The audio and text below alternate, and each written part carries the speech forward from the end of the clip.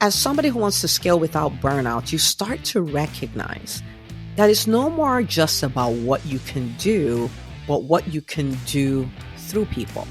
It's you getting the big results, you being able to create the revenue, you being able to build relationships with the referral sources, you being able to serve your clients at the highest level. That's amazing. But one is too small a number for greatness, and one is definitely not the number of scale. Well, hello, my friend. Welcome back to another episode of the EntreMD podcast. As always, super pumped to be in your ears. And we're going to talk about something that I have found super fascinating. I was of the opinion that as you build your business and it becomes more successful, things will just get easier and easier, and people just tend to grow and scale and all of those things. And to my shock, I've seen so many entrepreneurs get their business to the 7-figure mark, multiple 7, 8-figure, and just decide it's too much. I can't do it again. And they burn out and they burn the business down. And so what I want to talk about today is how to scale your company without burning out. Okay. So I have watched so many people in the process of building their businesses and, they had to give up their health, right? And so they've done all, for so long, they've ignored taking care of themselves. They've ignored their relationships. So this could be relationship, family relationships. So their spouse, their kids, their parents, their siblings, all of that, or just critical, like really great friends and, like nurturing relationships you get, like you hang out with them and your cup is filled and all of those kind of things, giving up whatever spirituality or faith or whatever they do for their mental health, their habits, their meditation, all of those kind of things, and just gave them all up.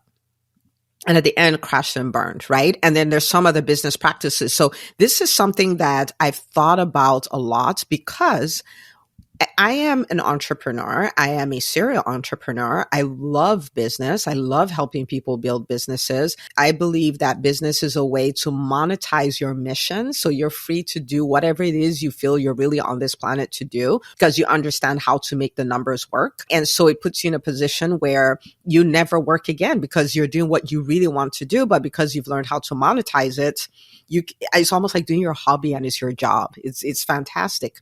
But at the same time, entrepreneurship is not my first priority. It is not my second priority. It's not my third priority. Okay. So entrepreneurship is a vehicle that helps me do these things, but I'm never going to sacrifice the thing for entrepreneurship. So I'll give you some examples here. In my order of priority, the very first thing that is there is my relationship with God. That is like the top of the tops.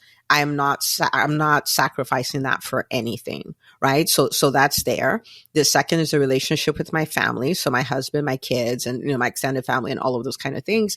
And for me, I feel like, especially as somebody who trains, coaches, all of those kind of things, I'm like, I want to change the world with the things I know and train so many people and help so many people and do all of that. But it starts at home. Like I want to be there for my husband. I want to be there for my kids. I want to help them become everything they can be. I want to serve them at the highest level. I want to enjoy those relationships. I want to have a great relationship with every single one of them. And so I am not willing to sacrifice that for entrepreneurship. Now, entrepreneurship helps me do some of the things as far as creating time and all of that. But this ranks above that. And then the third thing is my mission. And when I say my mission, it's what I feel I'm on the planet to do. And for everybody, it's different. Our missions are as unique as our fingerprints, but there is something that you can't shake off. It's something that maybe even as a kid, you've wanted to do. It's something that year in and year out, you keep thinking about it. You have everything you could ever want. You have the family, you have the finances, you have, like the career, you have all of it, but there's just something that keeps tugging at you. And for me, I could never quite define it, but I just knew that I'm just wired to help people be better. I'm wired to help people see a version of themselves they've never seen before. I am wired to, like, people are like, I cannot believe that you believe in me. And I'm like, oh my goodness, like, you're amazing. You're a unicorn. You just don't know it yet. I can see it, And so for me, I knew it will always be something around personal development, like being a catalyst for people. And so people feel stuck and they know maybe where they want to go and they don't know how to get there. And I'm like, I can show you the roadmap. And when I talk with people, I see the roadmap. It's just that. But for everybody, it's different. And the more you lean into it, the more you'll discover it. What you do as a doctor could absolutely be your mission. For my dad, it was. We used to make fun of him. Like if he passed out and we said, "Oh, daddy, there was this patient," he'd probably wake up because he was wired for it. Right. So anyway, so these three things I'm not willing to sacrifice for entrepreneurship. Like I'm just not willing to. So the question becomes, how have I set myself up to continue to build bigger and bigger businesses while still keeping the main thing, where my priority is still my priority. My priorities have not changed after being an entrepreneur for almost a decade and a half. Like they have not changed. Right. And so I want to show you three shifts you want to start embracing. So it sets you up where you can scale, you can grow, you can do all of these things, and you don't burn out, and you can still keep your priorities your priority. You can still live a full life. Now, we're not going to talk about it from the personal angle. There are many things to do from there, but I'm going to talk about three shifts that you want to make in your business. The overarching theme of this is in your business, right? Like you have a limited amount of time, right? Even if you have 8 hours to work on your business every day, it's still a limited amount of time. It's not unlimited.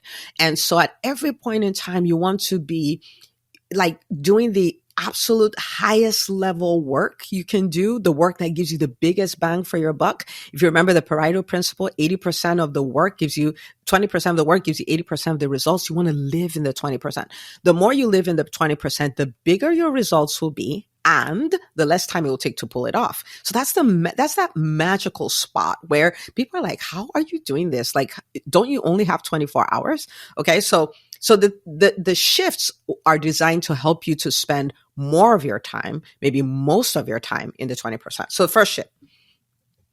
first shift is going from doing the work to doing the work through people. Okay. Doing the work to doing the work through people. And this is all about team building, whether that's hiring, firing, building company culture, holding your team accountable, empowering them so they can work at their highest level possible, and all of those things. And a lot of the times for entrepreneurs, this seems like a bother. Like, oh, I have to hire people. Oh, I have to train them. Oh, I have to coach them. Like, can they just get it all together? Can they just know what to do and all of that?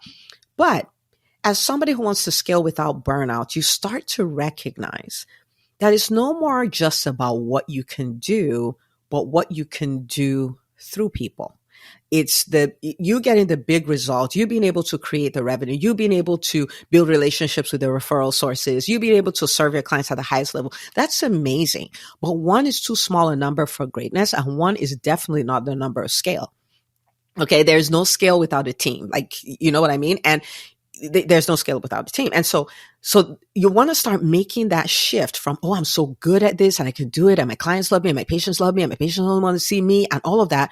You start making that shift from that to, how can I train people, mentor people, coach people, hold them accountable, and all of those things so that they can start creating those kind of results by themselves. So where you go from being an A player to being the A level leader of A players.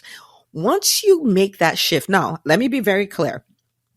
This shift is a multi-year shift. Okay. So, like I when I started my business, I do everything fast. Okay. When I started my business, I'm like, I make a decision, I execute it, I get on the result, I go to the next thing. Like that was the way I did things. But after we crossed the 7-figure mark, I came to this realization that this is no longer a kayak, right? This is now a cruise ship. So a kayak, you can just flip it around and, you can just flip it around and do things and move away so quickly. But with a cruise ship, you make a decision and you start turning, but it takes a while for that turn to happen. So when it comes to team building, it's not kayak mode at all, right? Same way raising children is not kayak mode. It just isn't. And so you want to embrace this thing of, this is what I do. This is some of my most important work. The time I invest in my team is some of my most important work, right? Because just leveraging one extra person means I've replaced me. Doing it for three. There's three of me. And not you, like they're not exactly like you, but now you have exponential growth. Exponential growth by yourself is nearly impossible. Exponential growth with the team is powerful. So if you're someone who is like, I'm going to grow this and I'm going to keep growing this and I'm still going to have a life and I'm still going to be able to keep my priorities my priority, guess what you're going to need? You're going to need a team. And building a team is not this work I also do. It's the work. It almost becomes more important than doing the thing, right? Because now you're training other people to do the thing. Okay. So I've had team members, like now the way we've built up our company, when we have new team members come on, we literally do a 30-day boot camp. Like we're training you. This is your job description. These are the outcomes you're responsible. This is how you do those outcomes. This is how you manage when you need to troubleshoot this. And, and coaching them all through the process, training them, mentoring them and all of that. Why?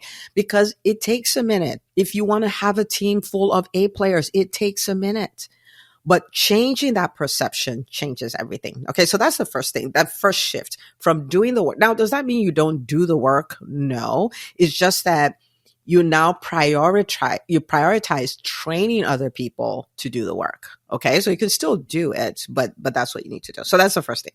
The second thing is going from doing the work in a unique way to documenting your unique way. Okay. So I'll give you an example of my private practice. Okay. I have really great bedside manner. All right. As a pediatrician, and, patients would come see me and then they're like, they only want to see me. Okay. Which, is a great ego stroke for some people. But for me, I'm like, if I'm the only one who can see patients, then I can never get to the point where I'm working 4 days a week or 3 days a week. Or if I'm not there, the practice falls apart. And I was, for some reason,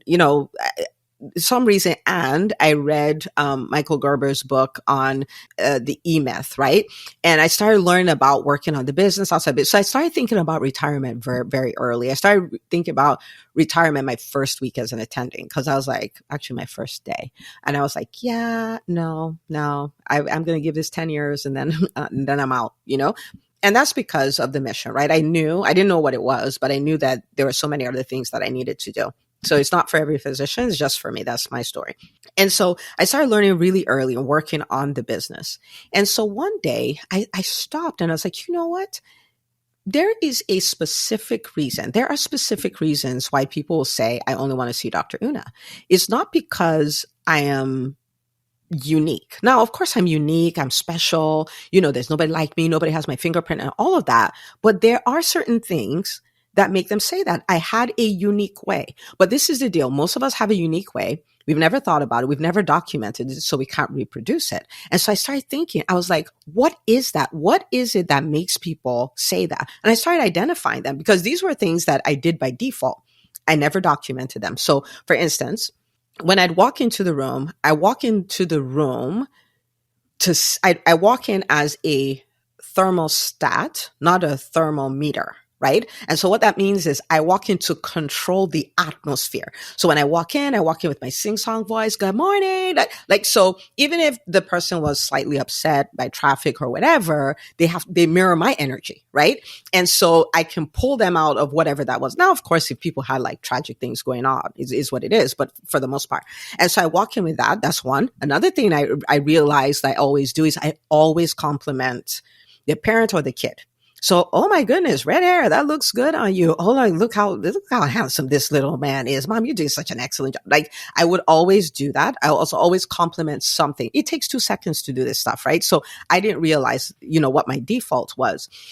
And so there are a number of things. There are like 6 or 7 things, and I documented them. And I'm like, guys, this is why they say that. And if you can learn these things, then they're going to stop saying, they're going to stop saying it. And to my amazement, then people come to the practice and they're like, I only want to see Dr. Una. Well, you can see this doc today, and then we'll get you on schedule for the next time. And when they come up front to check out, they're like, I only want to see Dr. Una and that doctor. I'm like, yes.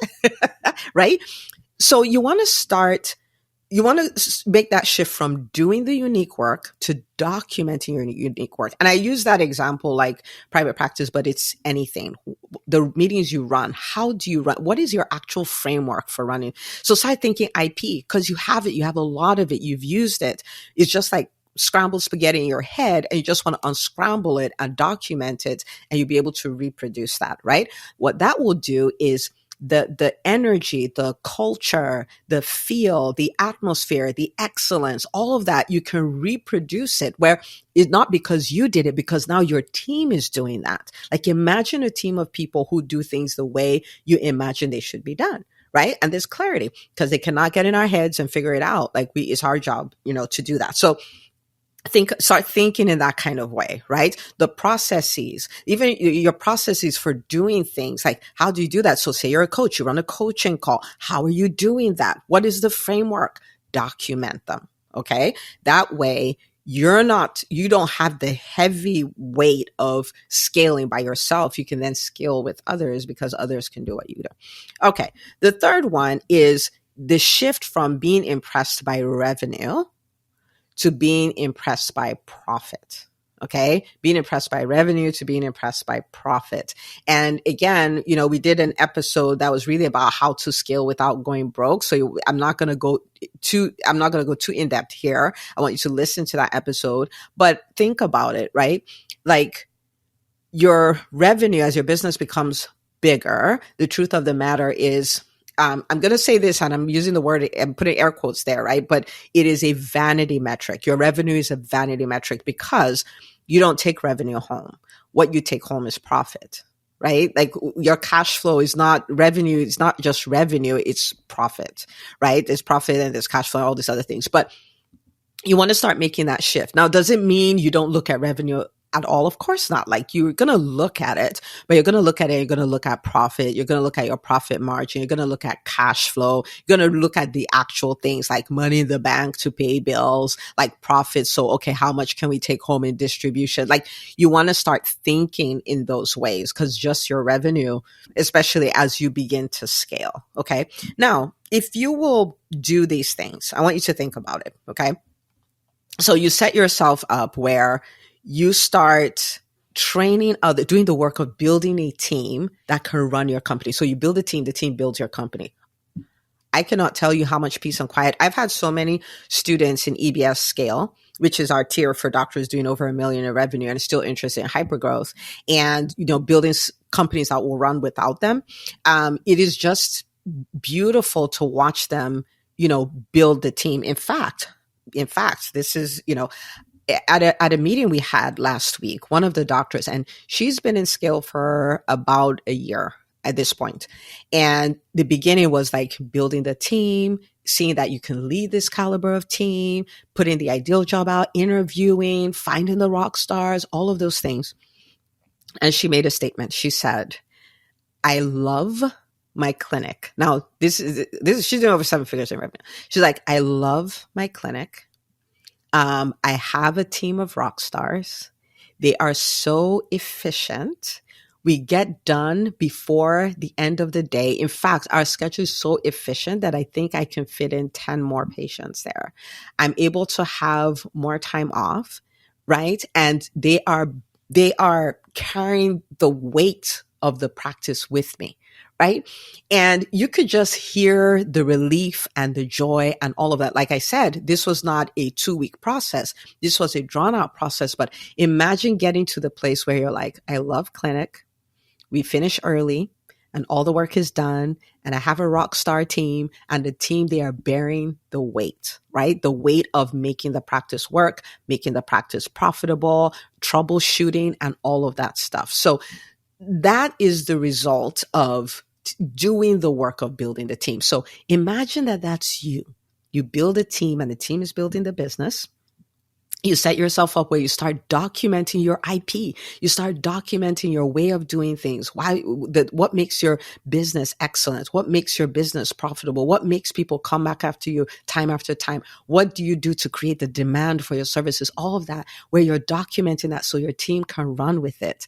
And you have your eyes on the profit. So you're able to make data-driven decisions that keep your practice, your business cash flow positive and keep your business in a state where it is sustainable.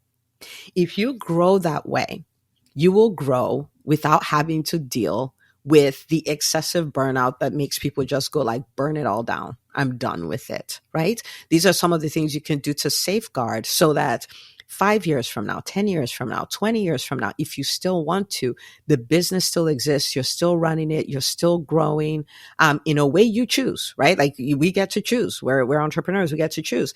And you're loving being an entrepreneur. I love being an entrepreneur.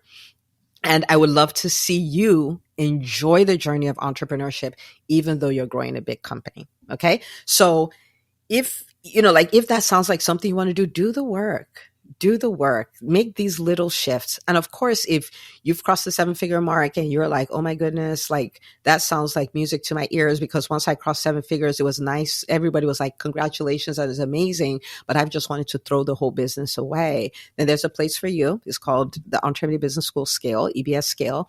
And you can book a call with my team, entremd.com/call, and they'll be happy to talk with you to see if this is your best next step. Of course, there's no hard pressure sales. We just don't do that. We are looking for people who we are positioned to help, and they're willing to do the work to be helped, and it's a match made in heaven. Okay.